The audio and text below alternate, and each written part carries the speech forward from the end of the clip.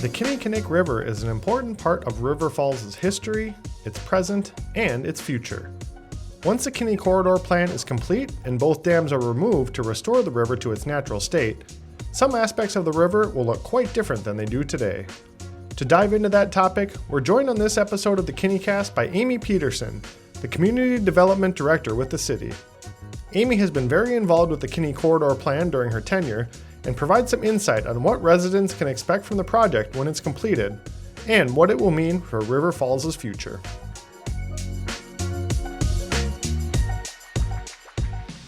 Hi River Falls, welcome back to another episode of the KinniCast. My name is Tyler Mason, I'm the Communications Coordinator for the city, and today we're going to be talking about community development and what that is. We're also going to be talking about the Kinni River and the Kinni Corridor project with Amy Peterson, the Community Development Director here for the city. Amy, how are you today? Yeah, doing well, Tyler. Thank you. Good. Well, let's maybe set the stage a little bit as we get into the conversation. I guess first off, how would you define community development and what that means? Yeah, that's something, it's challenging and something that we've struggled with over time and years to help people and the community members understand what our department brings to them. In the broad context, really, community development activities can build stronger and more resilient communities, whereby members come together to take collective action and generate solutions to common problems. And that really forms the foundation of our work. But specifically, community development department here at the city encompasses the overarching planning and development of the city. And to do that, we house economic development, planning and zoning, building inspections, code enforcement, engineering, and most recently, the Conservation and Parks Division. Right.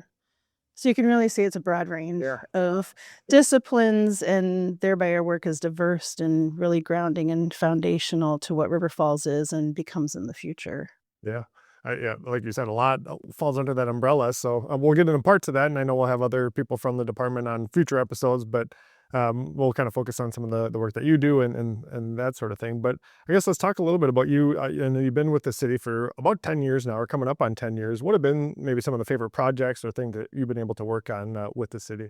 Yeah, I was glad in this question you said some, because I'm not sure if I could come up with just one. Probably the one that sticks out for me most recently is really developing the department and staff that we have today.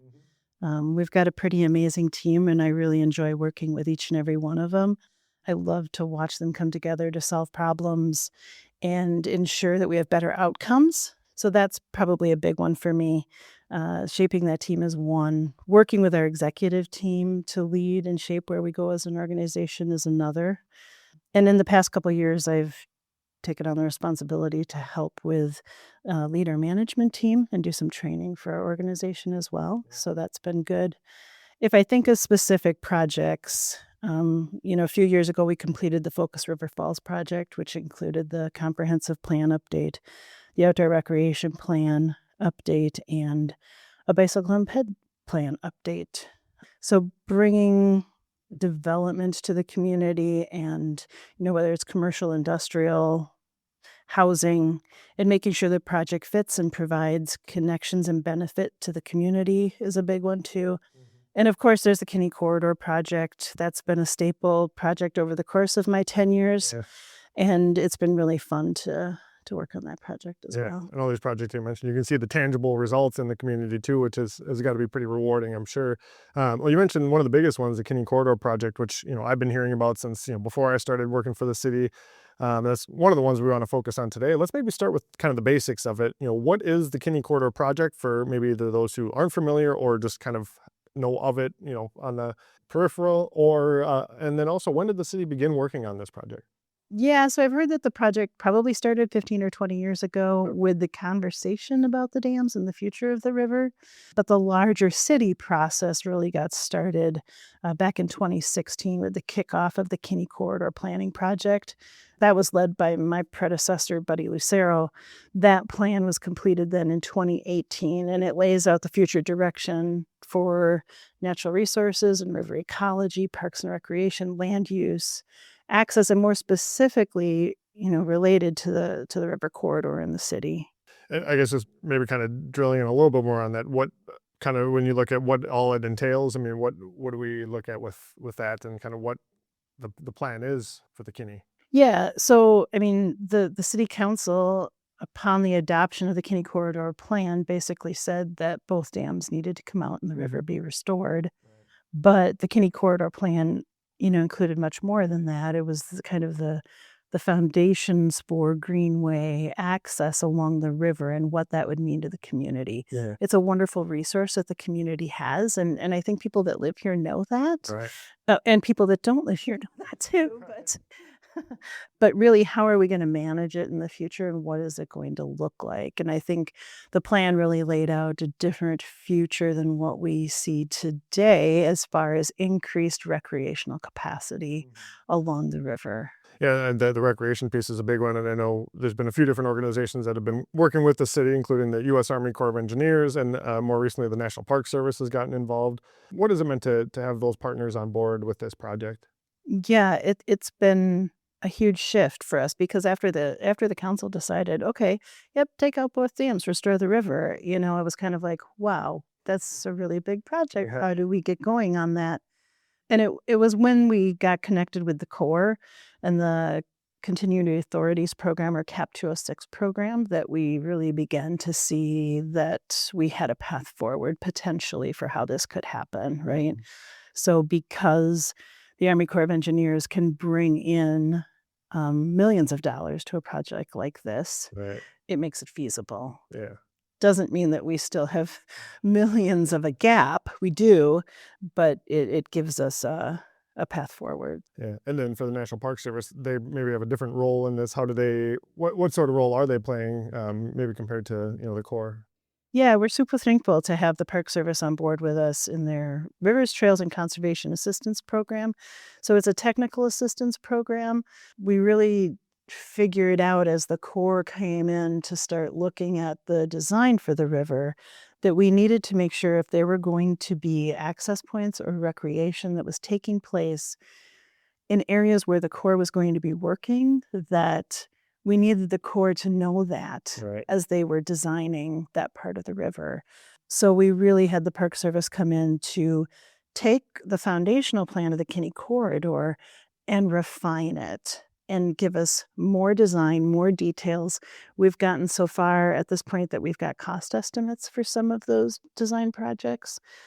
So it really took the Kinni Corridor plan to the next step so that as we potentially, if the council decides to move into design with the Army Corps of Engineers, we already know what the greenway, green space projects are going to look like as well. So the other organization I wanted to mention was the Kinni Corridor Collaborative.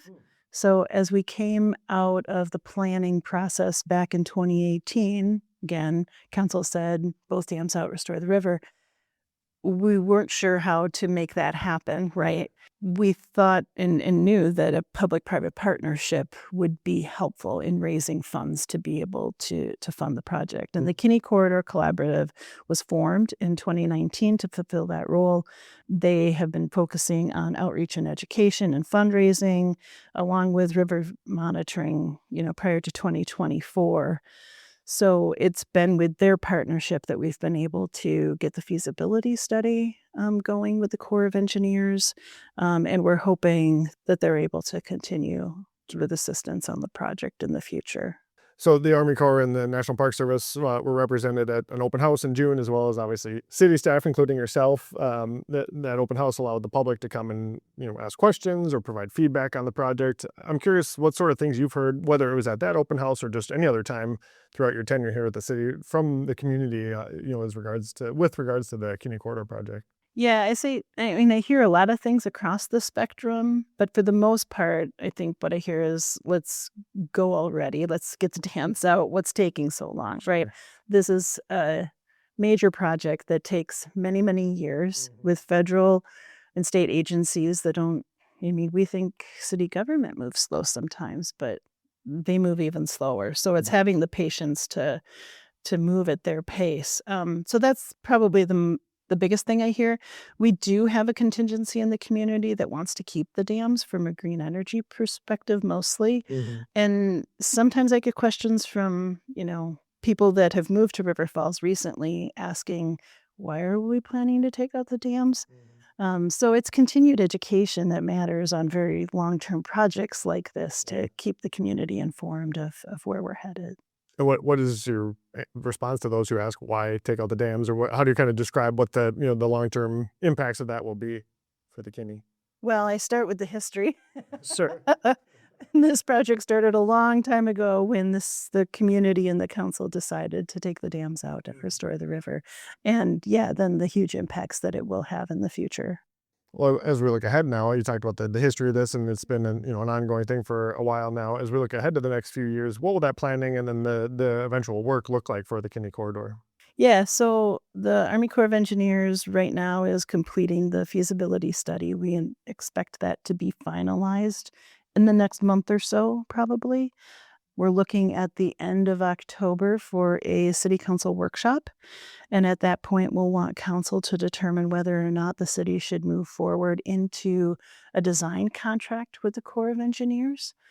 If they choose to do that, it will take potentially 4 to 6 months to get that contract in place. So by early 2026, we'll have a contract in place, and then design would start and would take a year to a year and a half. Okay.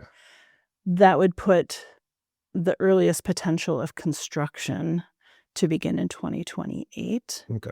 But again, the end of October is when council will kind of give the yay or nay as to whether we go forward into design with the Corps. Sure. As far as the amenities that are designed through the Park Service planning process, when we talk about working with the Corps of Engineers, they are taking the dams out and restoring the river. The $20 million estimate we have for that project doesn't fund at all any of the amenities along the The river. recreational part of it. Right. So that stuff will come after, and we're going to need to find funding sources for that as well. I'm just trying to envision what it's going to physically look like when they are removing the dams. I mean, that whole process just kind of, I can't wrap my head around it. So I'm curious to see what that's going to look like. I'm sure you've probably seen how it's been done elsewhere, but I'm interested to see what that happens, or when that happens, what that actually looks like. It's a lot of concrete to come out. It's a lot of soil to be moved. Yeah, it will look messy for a while. For sure, for sure. Well, when the project is all said and done, whenever the eventual finish line is, what do you think it will mean for the city and for the community?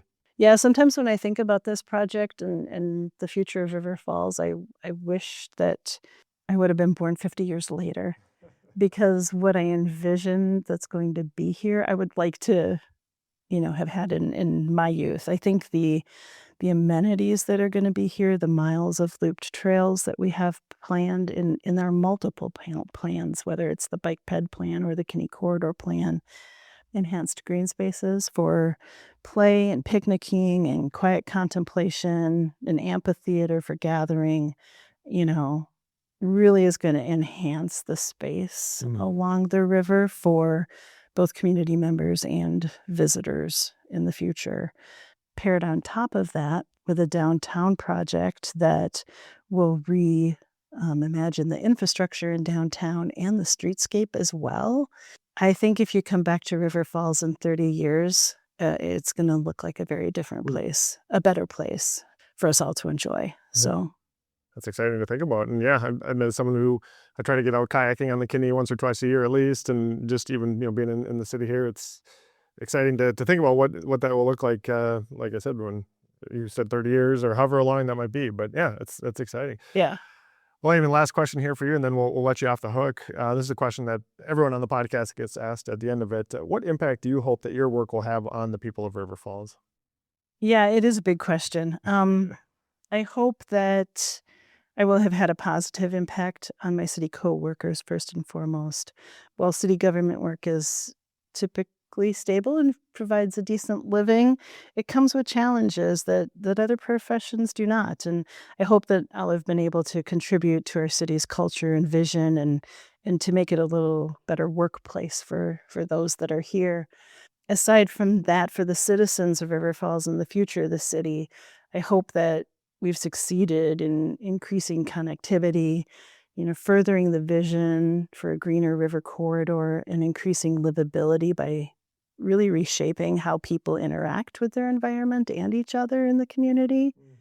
That's a big ask, but Yeah. hopefully we've made some incremental steps. I would say so, yeah, and excited to see this work continue and to work with you on some of this and be a part of it as well. So, Amy Peterson, Community Development Director here at the City of River Falls, thanks so much for being on the KinniCast today. Yeah, good to be with you, Tyler. Absolutely. And thank you, everyone, for listening to this episode of the KinniCast. If you don't subscribe yet, you can find it on Apple Podcasts, Spotify, also at the City of River Falls website, rfcity.org. Be sure to tell your friends and neighbors because this information is something that they might want to know as well. So until next time, have a great day, River Falls.